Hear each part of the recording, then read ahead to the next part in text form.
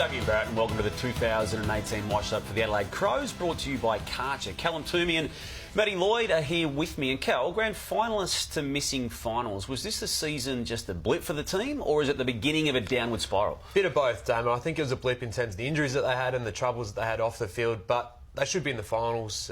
This is a team that has enough talent on its list to be in the finals, but I would look at some of the older players. Walker, Sloan, Douglas, Betts, they're all in the twilight of their career, so they have to get something done in the next couple of years. Not much more could have gone wrong, and yet they scrounged the 12-win season, so there were some form of positivity. Lloyd, where did you see the highlights? The round 20 showdown for mine. It's like if you have a poor year, if you can beat Collingwood if you're at Essendon, you're pretty happy, and this was one for the Adelaide Crows. Look at the scoreboard, they're 10 points down, 5 minutes to go, and they found a way to win when Port were flying at this stage. And yeah, it was just obviously the dramatic ending with Josh Jenkins. Watch this first.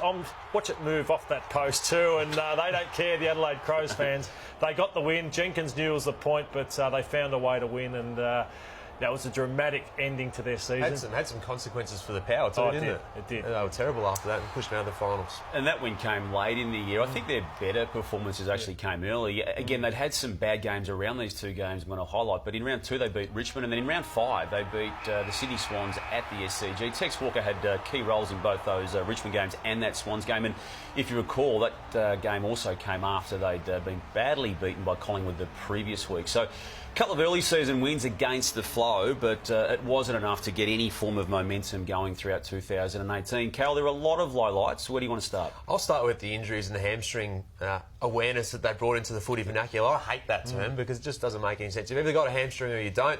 Some of the mistruths and spin that was put out by the club across the year was sort of hard to take for me. Yeah, and not just on the mental, hamstring awareness, also the mental disintegration they attempted with that pre-season camp. And I know it's played out a lot, even this week there's been headlines around that camp, but ultimately, the players took the view that there was a lack of trust from them and some people at the club, given that the club provided the outside agency with the information that attacked and went to the vulnerabilities of the individual players. And that was ultimately the most damning take out of that situation. Disastrous and destabilising, and it sort of doesn't make sense why you go and do that to a team that's just played in the grand final. Come so close to a flag. Yeah, and to drag it out the way they did on all fronts was a really ordinary outcome for the year. In 2018, how do we see them out of 10? To go from a grand final to missing the 8, 4 for mine. Yeah, same reasons. I'll give them a 3 though. Yeah, I'm actually also giving them a 3 as you did, Cal, so I didn't like what I saw throughout the entirety of 2018. OK, who cleaned up in this season? Damo, I've gone Tom Doedee, and he's been actually named as the 3 MVP players. So the top 3 by his peers players for being the best 3 at their football club. And they lost Jake Lever. They got maybe an even better player, in my opinion, in Doedee. I think really? I think he can mark in a more contested situation. Lever's a great layoff player, but this guy, he can spoil, he can take grabs, he's a beautiful kick. So he's got it all. It was a surprise when the Crows took him in the draft in the first round a couple of years ago. Yeah. But what credit to Hamish Ogilvie and his recruiting team because he looks like a gun. For me, Matt Crouch is another one who stood up this year under trying circumstances. He's done it over a couple of years now. He was an All-Australian last year, but just continues to find the footy. Didn't see any of his brother Brad, but he stood up in his absence. 32 touches a game on average, and just a prominent member of that midfield side. So I think you can rely on Matt Crouch to come out and get the job done every week, and you need players like that. Yep.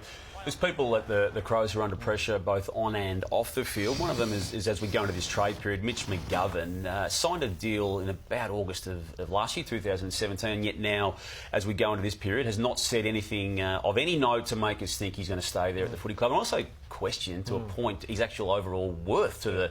Look, he's going to get taken, don't get me wrong, but I don't think he's actually done a lot in his career at this point to be demanding such money. He averages a goal and a half a game so far. We saw him play in defence in the final game of the home and away season, but I'm not sure you give up heaps to get him.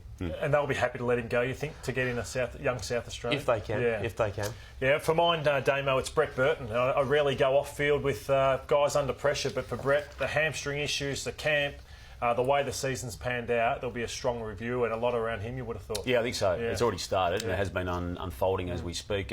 Well, I don't think I saw anyone at the Crows smile throughout 2018, but did you see anything that they might have had a little glimmer of? I had to work hard to get something here, but it's just someone spraying something on the back of Tex. Maybe it's some oil to work up those hammies, warm up those hammies, but this is what happened afterwards. So going into the goal square, young fellas going in, and Texas ran straight through him, and that that play summed up Texas season and the Adelaide Crows. So that's it for me. You're linking it with the spray. Oh, come on, Lotto.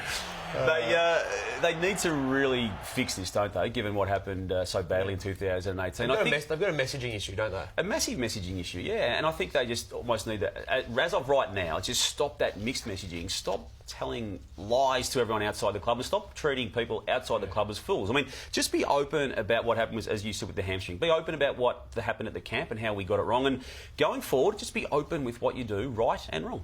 Okay, well, you mentioned Mitch McGovern and potentially being on the way out. If he does go, they have to find a way to get Jack Lukosius in the NAB AFL draft. Look, he's the best South Australian prospect in a few years, a key forward who can go back as well.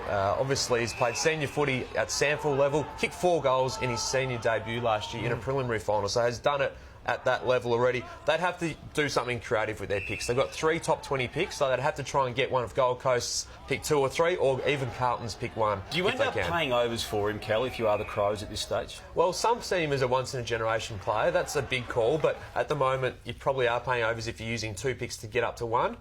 But we'll wait and see if Carlton are open to it. Everything's for sale, Sauce has said, so they'll see if the offer's there on the table. I'm along the same lines as Cal. They only had 3 players who kicked over 20 goals this year, and last year I was talking about them as one of the most flexible and best forward lines the game has ever seen, and yet Eddie Betts struggled, I thought, this year, losing Charlie Cameron, so maybe a small forward or Lukosius possibly to change the dimensions of their forward. They really missed Charlie, didn't they? Yeah, they did, yeah. It was understated a little bit how much he was gone from their attack, but they really missed him, and the support he was able to provide. And offset Tex struggled as well, so their forward line really fell apart. Just never got going, Tex, did he, with his body. OK, so they got 12 wins in 2018, having made a grand final last year. Where do we see them next year? 5 to 8. I'll be shocked if they don't make the finals next year. I've got them back in the lower rungs of the 8 as well. Yeah, I'm putting them there. I just feel they couldn't endure the same situations next year, and as such, they'll be back in to the 8. Thank you, Kel. Thank you, Lordo. And thanks for watching the Wash Up for the Adelaide Crows in 2018.